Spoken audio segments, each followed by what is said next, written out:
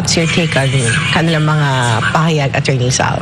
Unang-una, sinasabing, sabi niya, pero kung maumpisahan niya yung file, sinisira na. Matagal na natin sinabi dito sa programa doon, di ba? Kasi in my previous statements, many times over, I said that the goal is to destroy, siraan si Inday Sara. Siraan at tanggalin sa presidential derby sa 2028. Kaya sinabi ko, since yan ang goal, pinailan ng impeachment. And by the mere filing of impeachment, sinira mo na yung tao. Sinisira mo na kasi inilalarawan mo siyang unfit eh. Yun lang, talagang masisira na. O kaya yung sinasabi ng abogado, matagal na ho nating sinasabi yan dito. Palagay ko nakikinig to sa atin. Tama, makinig kayo rito sa amin ni Hana. Dahil si Hana, marami rin itong sinasabing nauuna siya. Talaga naman, challenge niya si Presidente Marcos Jr. Nauna pa sa akin to eh. Well, nagkatanong naman ako kahapon if we have a leader in this country. Anyway, balikan natin. Wala naman po. Wala pa. It's the same thing dun sa na wala siyang sagot kung kailangan ng Hindi, palagay ko sinasagot niya tayo sa kanyang mga campaign rallies eh. Oh, really? That's the way he answers questions and challenges. Pakinggan mo sinasagot tayo. Yun nga, sinabi naman ni Representative Luistro na rock solid daw ang kanilang ang kanilang laban dito sa impeachment complaint laban kay VP Sara. Sabi din niya, walang unconstitutional, sa flawed or violative of the Constitution or violative of due process, Attorney Sal. I agree na rock solid yung final nila. From the time they filed it, natunaw na ho. Pero nag-umpisa sila sa rock solid. Ngayon, hindi na rock, it's liquid. Oo. Yun. Nalik. Well, isa rin sa punto, Attorney Sal, ang kampo ni VP, ang 1-year ban dahil may nauna ng inihaing impeachment dito pero ang naipadala sa Senado ay yung 4th impeachment complaint. So, yung process is questionable. Do you see that, Attorney Sal? Diniscuss na rin natin yung kahapon, di ba? Kasi under the Constitution, merong prosedimento na pag naghain ka ng impeachment, i-refer ka agad sa Committee on Justice within 10 days. And then within 3 days from the referral to the committee naman, kailangan magbigay na sila ng recommendation sa plenary. And pag natanggap naman ng plenary, meron na rin silang they will, within so many session days, meron na sila. Ang problema nga hindi ni-refer eh. Yan ang magandang question. Kasi nakalagay sa saligang batas, shall. Kumbaga, dapat na i-refer mo kagad sa Committee on Justice. Yun nung tatlo na inihain, naupo. Naupo ron. Ang na-file nila o na-transmit ay yung pang-apat na kombinasyon ng tatlo. Kasi ang nabasa ko noon kung bakit hindi nila ma-file. Kasi yung mga kongresista nung pinag-aaralan nila, yung tatlo, parang mahina. Kaya ginawa nila yung 4th complaint. Kumbaga, inayos nila. Kaya nung makita naman ng mga kongresista, okay na to, pirmahan na sila. Plus kasama siyempre yung konsiderasyon.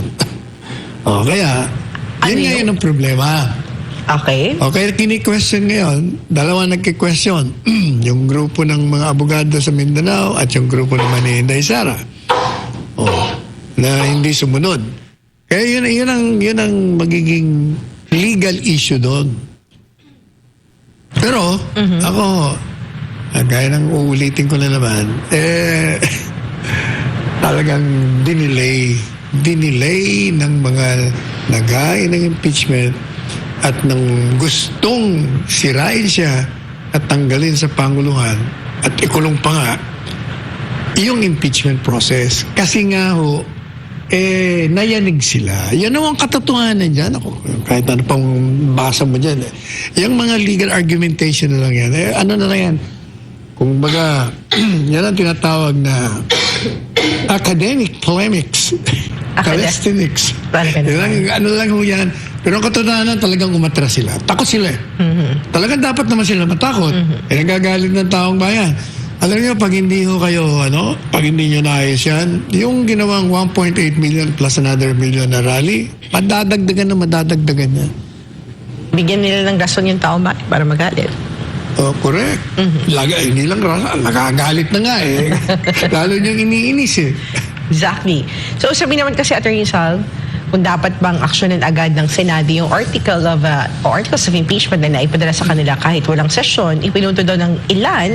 Ito yung Section 3 ng Article 11 ng Saligang Batas kung saan sinasabi dito sa 1987 Constitution Article 11.4, in case the verified complaint of resolution of impeachment is filed by at least 1/3 of all the members of the House, the same shall constitute the articles of impeachment, and trial by the Senate shall forthwith proceed. At yung side ng forthwith, Attorney Sal, na marami po sa interpretation, Attorney Sal, kung paano ba daw i-implement ang forthwith. Eh, nasa Korte Suprema yan. Kasi ang Korte Suprema, sila binigyan ng kapangyarihan ng saligang batas na mag-interpret. Sila magsasabi kung anong ibig sabihin ng forthwith. Ibig sabihin ng forthwith, agad-agad. O agad. Alam mo, may yung sinasabi nila, ang interpretasyon daw ay agad. Yun ang narinig ko eh. Sabi ng isang justice. Ang sabi, ang translation sa official wikang Pilipinong ng saligang batas, anong tawag doon? Ituloy na yung, yung trial ay agad. At sagot ko agad, habang naging, agad ba? Hindi pala kaagad-agad. Iba yung ibig sabihin ng kaagad-agad. Kaya ang Korte Suprema magsasabi sa atin, ano bang ibig sabihin? Kasi kailangan i-consider mo rin, yung mga kalakaran doon na bumalot doon sa pag-file. Kasi yung filing took them 3 months bago nila nabuo. At yun namang Senado, kaya nga, di ba, nirereklamo ng Senado, pambihira kayo 3 buwan kayong delay-delay, tapos minamadali nyo kami. Siyempre, kailangan namin maganda rin. Kaya naghahanda na raw sila ngayon. Attorney, siya kasama sa consideration ng mga justices, Attorney Sal, yung sitwasyon ngayon sa Senado. Kaya hindi nila ma-actionan agad. Kasi nga, 12 na lang ang titirang senator. Kasi yung another 12 is patapos na. And dun sa 12 ay tumatakbo. No, pwede rin sabihin nila yan. 12 na lang kami. Tumatakbo yung 12. Pero may legal question doon Automatic ba na mag-file ng COC ang mga senador na hindi na sila senador? Hindi ako masyadong sure dyan. Kasi ang alam ko, yung mga local ang automatic. Yes. Pero baka yung national, hindi. Kasi di ba yung term ng senator mag-end naman talaga ng basta June 6 30. years sila ng June 30. Tama ba? Kasi may specific na sa mga senators. Unlike Kaya baka pwede pa sila. Kaya hindi ba sabi, continue na, break lang naman kayo, nag-break lang kayo. Hindi pa naman tapos ang... Some of the senators na tumatakbo, parang hindi fair sa side namin. Yung makalaban namin, nag-iikot na kami, magta-trial kami. Saan ang fairness sa parto nila? Yan ang magandang So, yun yung mga consideration na titingin ngayon ng Korte Suprema. Maliban pa sabihin niya siguro may interpretation nila doon sa forfeit, but sa situation ngayon niyang iniming naman kasi ng panahon ng eleksyon ng impeachment, Attorney Sal.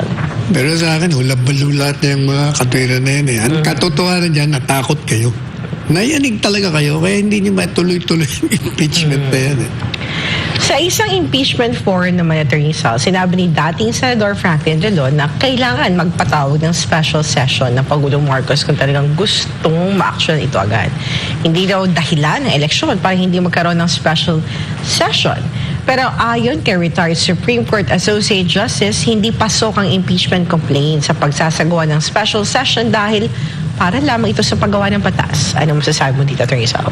Well, as I said many times over, there are as many opinions as there are lawyers. Kung ano ang bilang ng mga abogado, yun din ang bilang ng kanilang mga opinion.